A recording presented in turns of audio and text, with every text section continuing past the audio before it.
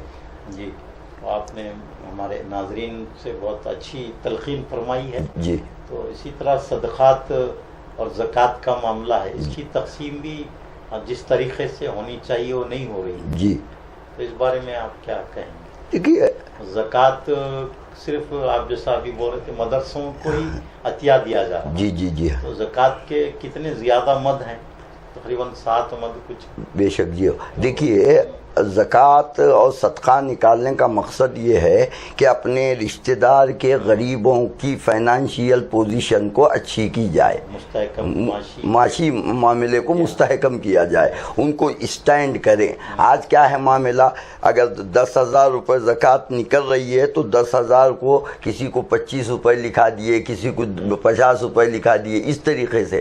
تو جو مستحق ہے اسے پورے کے پورے 10,000 روپے دیے جائیں۔ تو اسی لیے پہلے جو ہے ددیال ہے، اس کے بعد ننیال ہے، اس کے بعد سسرال ہے، اس کے بعد پڑوسی ہے۔ اچھا، سمجھ میں اتنے لوگوں کے غریبوں کا خیال کریں۔ دیکھیں آپ پہلے ددیال میں دیکھیں، نہیں ہے کوئی بھی ننیال میں دیکھیں، نہیں ہے کوئی بھی سسرال میں دیکھیں جہاں رشتہ داری ہوئی ہے، نہیں ہے پڑوس میں دیکھیں، نہیں ہے تو اب دینی مدارس کو دیکھیں۔ سمجھ میں تو اتنا اچھا نظم زکوٰۃ کا بہترین ہے۔ تو آج کل وہ مدرسے والے بھی جو ہے پہلے جو ہے مہمان رسول ہیں، یہ ہیں وہ ہیں، تو مد اصل میں سے مہمان رسول کا خیال رکھا جائے، نہ کہ جو ہے صدقے خیرات فطرے میں سے۔ تو یہ جو زکوٰۃ کے مد ہیں جن لوگوں کو دیا جانا چاہیے اس کی صحیح تشہیر نہیں ہوتی۔ جی جی صحیح ہے۔ اور کیا یہ ہمارے جو اہل زکوٰۃ دینے کے اہل لوگ ہیں جی، وہ لوگ کیا غور نہیں کرتے کہ اس کے اور بھی مد ہیں، ہم کو اس میں دینا نہیں، ان کو بتایا نہیں جا رہا نا، ان کو صرف یہ بتایا جا رہا ہے کہ زیادہ مستحق جو ہے مدارس دینیہ ہیں۔ اب وہ ذہن میں برسوں سے بیٹھ گیا ہے، سمجھ میں بھائی غریب ہے بیچارہ، بلک رہا ہے، کچھ کسی معاملے میں جو بات نہیں ہوتی اسے چھوڑ دیا، لے جا کے دوسروں کو دے رہے، سمجھے۔ اگر رشتہ داری میں بھی کسی سے معاملات بگڑ گئے ہیں تو آپ کسی کے ذریعے اسے پتہ بھی نہ چلے ویسا آپ اس کی مدد کیجئے۔ اچھا عمل ہے جی، بہت اچھا عمل ہے، اللہ کو پسند آنے والا بے شک جی۔ تو مولانا آپ نے ایک مد یہ قیدیوں کو آزاد کرنے کا بھی ہے اس میں۔ جی جی ہو۔ تو آج بہت سے ہمارے نوجوان جھوٹے مقدمات میں جیلوں میں پھنسے ہوئے ہیں، جی، تو کیا ان کی رہائی کے لیے بھی زکوٰۃ کی رقم استعمال کی جا سکتی؟ بے شک۔ اگر وہ بے گناہ لوگ جو ہے جیلوں میں قید ہیں تو ان کے لیے بھی جو رہائی کے معاملات کو یہ کرنے کے لیے جو ہے مد کا استعمال کیا جا سکتا ہے۔ تو مولانا رمضان المبارک میں عذر شرعی سے جو لوگ روزہ نہیں رکھ سکتے تو ان کے لیے بعد میں قضا کرنے کا اور حکم ہے۔ جی جی، لیکن جو لوگ روزہ رکھنے کی طاقت رکھنے کے باوجود بھی روزہ نہیں رکھتے تو ان کے لیے کیا وعید آئی؟ دیکھیے وہ تو گناہ گار ہیں جی، سمجھ میں عذر شرعی واقع میں لاحق ہے تو اس کو صحت ہونے کے بعد جتنے روزے چھوٹ چکے ہیں وہ پورے رمضان آنے تک جو ہے قضا کر لے۔ اب کوئی بلا عذر شرعی روزہ چھوڑ رہا ہے تو وہ کاہلی میں آئے گا، بڑا گناہ گار ہوگا۔ اگر روزے کو معمولی حقیر سمجھ کر چھوڑ رہا ہے، اس کی اہمیت کو گھٹا کر، تو یہ کفر ہے۔ جی اتنا بڑا جی ہو، کیونکہ عبادات جو ہے نماز، روزہ، زکوٰۃ، حج، ان کو آخر جاننا، حقیر جاننا، یہ بھی کفر ہے۔ تو آپ روزے کی قدر نہیں کر رہے، آپ اس کو بالکل لائٹ لے رہے ہیں تو یہ روزے کی توہین ہے، تو روزے کی توہین کفر ہے۔ جی، اللہ مسلمانوں کو محفوظ رکھے اور بلا عذر شرعی روزے کو چھوڑنے سے بچے۔ تو اب اگر کسی سے یہ ہو گیا ہے تو اس کے لیے کیا؟ اس کے لیے اس کے لیے کفارہ شریعت نے بتایا ہے کہ صبح اور شام کسی مسکین کو پیٹ بھر کھانا کھلایا جائے۔ جی نہیں، اب جو جان بوجھ کر نہیں رہا اس کے لیے، اب اس کے لیے تو دیکھنا پڑے گا ذرا مسئلہ۔ جی جی، تو اسی طرح جو کسی کا روزہ ٹوٹ گیا جی تو کن حالات میں کس روزہ ٹوٹتا ہے؟ نہیں، روزے کے ٹوٹنے کی کئی وجوہات ہیں، جیسا جو ہے اگر کسی نے جو ہے منہ بھر کھائے کر لیا، اچھا، منہ بھر اچانک کھائے آ گئی تو اس سے روزہ نہیں ٹوٹے گا، مکروہ ہوگا۔ اگر کوئی انگلیاں ڈال کر کھائے نکالا تو روزہ ٹوٹ جائے گا، سمجھ میں؟ تو یہ انجیکشن وغیرہ لینے سے؟ ہاں، ہمارے آج کل کے مفتیان اکرام جو ہے دور حاضر کے، انہوں نے کہا ہے کہ اگر کوئی مرض لاحق ہے، انجیکشن ضروری ہے تو انجیکشن ڈالنے سے جو ہے روزہ ٹوٹے گا نہیں۔ اچھا، جی، اب ایک واقعہ آیا تھا کہ ایک نوجوان نے کسی غیر مسلم لڑکی کی، چھوٹی بچی کی جان بچانے کے لیے، ہاں جی، تو حالت روزہ میں اس نے جی بلڈ ڈونیشن کیا، خون کا دیا۔ جی جی جی تو پہلے تو ڈاکٹرز نے کہا کہ روزے کی حالت میں ہم خون نہیں لیں گے، جی جی جی تو کچھ کھا پینے کے بعد لیں گے، جی، تو اس نے مجبوراً پانی پی لیا۔ جی جی، تو اب اس پہ کیا لازم آئے گا؟ نہیں کہ دیکھیے، اس کا روزہ ٹوٹ گیا، نہیں دیکھیے، انسانیت کی مدد کے لیے نہیں، روزہ تو گیا، اس پر روزہ قضا لازم ہے، مگر یہ اس کا جو یہ عمل ہے بہترین عمل ہے، اس لیے کہ اللہ تعالیٰ اپنا حق معاف کرتا ہے، بندے کا حق معاف نہیں کرتا، تو یہ حقوق العباد میں ہے، اللہ کو یہ ادائیں بڑی پسند آتی ہیں، تو انسانوں کی مدد بلا کسی تفریق مذہب و ملت کے، ہر انسان کی مدد کرنے کا اسلام اجازت دیتا ہے، تو یہ بہترین عمل ہے جو اس نے کیا ہے، اور وہ روزے کی قضا کر لے، اللہ تعالیٰ اس کا جو ہے جو خون دیا ہے، ایک جان بچایا ہے، اس کا بہترین اجر دے گا، اور دیگر لوگوں کے لیے بھی یہ ایک سبق ہے۔ جی، ایک اور واقعہ آیا ہے کہ ایک شخص بہت ہی روزے کی سخت حالت سے گزر رہا تھا، جی، تو اس کو پانی پینے کے لیے کہا گیا، جی، تو اس نے انکار کیا، جی، اور اس کی موت ہو گئی، جی، تو حالت روزہ۔ جی، تو جی، کیا یہ عمل کس حد تک؟ دیکھیے، روزے کی حالت میں ہے وہ، اور روزہ شدید ہو گیا ہے، اور وہ روزہ توڑنے پر مائل نہیں ہے، اسی حالت میں انتقال کر گیا، تو یہ شاندار موت ہے، کیونکہ روزہ توڑنے کا تو حکم نہیں ہے نا، تو اگر جان بچانے کے لیے وہ توڑ بھی سکتا تھا، مگر جو ہے نہیں توڑا، اس کا انتقال جو ہے روزے کی حالت میں ہوا، تو وہ تقوی کی موت ہے، پرہیزگاری۔ جی، تو یہ روزے کے صوفیہ اکرام کا بھی ایک عمل رہا ہے کہ وہ بہت زیادہ روزے رکھا کرتے تھے رمضان کے علاوہ، جی جی جی، تو نفل روزے رہا کرتے، جی۔ تو اس کا مقصد کیا ہے؟ دیکھیے، صحابہ اکرام رضوان اللہ تعالیٰ علیہ مجمعین بھی جو ہے رمضان کے روزوں کی تیاری رجب سے کیا کرتے تھے، سمجھ میں؟ تو رجب میں جو ہے عبادات میں کثرت کرتے تھے، قیام اللیل فرماتے تھے، رات بھر ذکر و اذکار کرتے تھے، اور پھر جو ہے دن میں روزے رکھا کرتے تھے۔ شعبان کے مہینے میں بھی یہ عمل ہوتا تھا۔ اس کے بعد اللہ کے رسول نے فرمایا کہ اتنا عمل زیادہ نہ کرے جو فرض روزوں پر اثر پڑے، تو اس طریقے سے جو ہے یہی طریقہ جو نوافل پر ہے، یہی طریقے کو اولیاء اکرام نے بکثرت کیا، کیونکہ ایک روزہ ایسی چیز ہے، اللہ کے رسول صلی اللہ علیہ وسلم نے ارشاد فرمایا ہر چیز کا اللہ تعالیٰ اجر دے گا، مگر روزے کا اجر میں خود ہوں، سمجھے؟ اور دیکھیے، آپ غور کیجئے، ہر عبادت کا اظہار ہوتا ہے، کوئی نماز پڑھ رہا ہے آپ سمجھ جاتے ہیں، کوئی قرآن کی تلاوت کر رہا ہے آپ سمجھ جاتے ہیں، مگر روزہ ایسی چیز ہے، کوئی روزہ دار آپ کے بغل میں بیٹھا ہوا ہے، آپ نہیں سمجھ سکتے کہ یہ روزہ دار ہے، کیونکہ یہ ایک ایسی عبادت ہے جو خفیہ ہے، اللہ اور بندے کے درمیان ہے۔ تو صوفیہ اکرام کے یہاں نفس کشی کی تعلیم دی جاتی ہے، جی جی، بہت زیادہ اس کی ان کے پاس اہمیت ہے، اصلاح نفس، تزکیہ نفس، جی نفس کشی کے، جی، تو روزہ نفس کشی کا بھی ایک ذریعہ ہے، بے شک، جی ہاں، صوفیہ اس پر بہت زیادہ جی جی ہاں، بے شک توجہ دیتے، صحیح ہے۔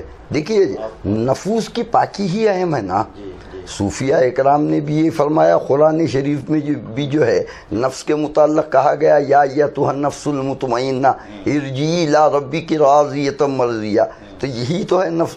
تو صوفیہ اکرام نے اسی کو اپنایا ہے. تو نفس کی پاکی جو ہے اسی روزے سے ہوتی ہے. اللہ تعالیٰ بھی یہی کہہ رہا لعلکم تتقون. روزہ اس لیے ہے کہ تم تقوی والے بن جاؤ. تو نفس کشی ہوگی وہاں پر, سمجھے. تو اسی لیے جو ہے آپ جب متقی ہو جائیں گے تو آپ کے اندر نفس نہیں رہے گا, تزکیہ نفس ہو جائے گا, نفس پاک ہو جائے گا. تو رمضان کے علاوہ بھی صوفیہ نفل روزوں کو زیادہ جی اختیار کیا. صحیح ہے, بے شک. تو آج ہم اس رمضان کے روزوں تک ہی محدود ہو کر رہ جاتے ہیں. جی صحیح. تو آگے کے نفل روزوں کے بارے میں بھی لوگوں سے آپ کچھ پیام دینا چاہیں گے؟ لازمی بات ہے. دیکھیے انسان جو ہے نفل روزے ہو یا نفل نماز ہو یا نفل جو ہے دیگر نیکیاں ہو جیسا صدقہ وغیرہ ہے, یہ کثرت سے کرنا چاہیے. اس لیے کہ سرکار مدینہ صلی اللہ علیہ وسلم نے فرمایا جو صدقات دیا کرتے ہیں وہ بلیات سے محفوظ ہوتے ہیں. جو نوافل کثرت سے ادا کرتا ہے وہ قرب الہی حاصل کرتا ہے, اللہ کے قریب ہوتا ہے. تو اسی لیے فرائض تو فرائض ہیں مگر نوافل میں بھی بندہ خدا کی رضا کے لیے کثرت کرنی چاہیے. دیگر قوموں میں جس طرح اسلام میں روزہ ہے, دیگر قوموں میں اس طرح کا تصور نہیں. جی اسلام کا روزہ جو ہے کہ آپ بالکل ہی جائز کاموں سے بھی رک جانا پڑتا ہے. بے شک. جی ہاں. تو یہ ایسا کیوں اتنی اسلام کے روزے میں یہ باتیں رکھی گئی؟ دیکھیے اسی میں جو ہے تزکیہ نفس ہے. کیونکہ اللہ تعالیٰ آپ کو روزے کے معنی ہیں رکنا. یہ ایک تربیت کا مہینہ ہے, سمجھ میں. ایک مہینہ آپ کو کھانے سے, پینے سے, جماع سے, یہ اس کے علاوہ بہت ساری چیزیں ہیں. تو تربیت کر رہا ہے کہ برے افعال سے نہ سنیں, کانوں کا روزہ ہے. بری چیزیں نہ دیکھیں, آنکھ کا روزہ ہے. کسی کو زبان سے تکلیف نہ دیں, غلط کلمات نہ, یہ زبان کا روزہ ہے. اپنے ہاتھ پیر سے لوگوں کو جو ہے ایذا نہ پہنچائیں, غلط راستوں پہ قدم کو نہ لے جائیں, برے خیالات نہ لائیں. پورا اپنے آپ کو سنوارنے کا نام روزہ ہے. جی تو یہ بہت اچھی آپ نے روزے کی اچھی فرمائی. مولانا یہ بتائیں کہ امت محمدیہ سے قبل بھی دوسری امتوں میں کیا روزے فرض تھے؟ جی جیسا قرآن کر رہا نا کتبہ علیکم الصیام کما کتبہ علی الذین من قبلکم. جیسا پچھلی امتوں پر یعنی تم سے اگلی امتوں پر جو روزے تھے تم پر بھی تھے, تم پر بھی ہیں. تو اس کا مطلب یہ ہے کہ مسلسل تواتر کے ساتھ کسی امت پر ایک مہینہ روزہ نہیں تھا. ہاں کسی پر 5 تھے, کسی پر 10 تھے, اس طریقے سے کسی پہ 2 تھے. مگر امت محمدیہ صلی اللہ علیہ وسلم پر پورا رمضان ایک مہینہ روزہ فرض ہے. جی یہ رمضان المبارک کو سال کے 12 مہینوں میں جو افضلیت حاصل ہے اس کی وجہ روزہ اور قرآن مجید کا نزول ہے. بے شک. تو آپ کیا کہیں گے؟ دیکھیے اللہ تعالیٰ قرآن شریف میں ارشاد فرما رہا ہے یا ایھا الذین آمنوا کتب علیکم الصیام. یہ ایمان والوں کے لیے ہے. اب پھر رب تبارک و تعالیٰ نے اسی قرآن میں کہا شہر رمضان الذی انزل فیہ القرآن, بے شک ہم نے قرآن کو رمضان میں نازل کیا. پھر اسی قرآن میں رب کا ارشاد ہے انا انزلناہ فی لیلۃ القدر. تو لہٰذا رمضان شریف میں بے شمار انوار و تجلیات ہیں, اس کی بے شمار فضیلت ہے. اس میں قرآن نازل ہوا. اور رمضان پاک کے لیے انبیاء اکرام نے بھی دعا کی, جیسا حضرت موسیٰ علیہ السلام ہے. حضرت موسیٰ علیہ السلام نے بارگاہ کبریا میں عرض کی مولا وہ مقدس مہینہ, وہ بابرکت مہینہ تو کسے عطا کرے گا؟ تو رب قدیر نے کہا کہ میرے محبوب کی امت کو عطا کروں گا. تو حضرت موسیٰ نے کہا مولا مجھے نبی بنانے سے بہتر تھا کہ اس محبوب کا امتی بنا دیتا. تو یہ فضیلت رمضان میں ہے. جی ناظرین, ہم اسی کے ساتھ یہ پروگرام یہاں ہم مکمل کرتے ہیں. مولانا وقار اشرفی صاحب کے ہم بہت شکر گزار ہیں کہ آپ نے اس پروگرام کے لیے وقت دیا. اللہ حافظ.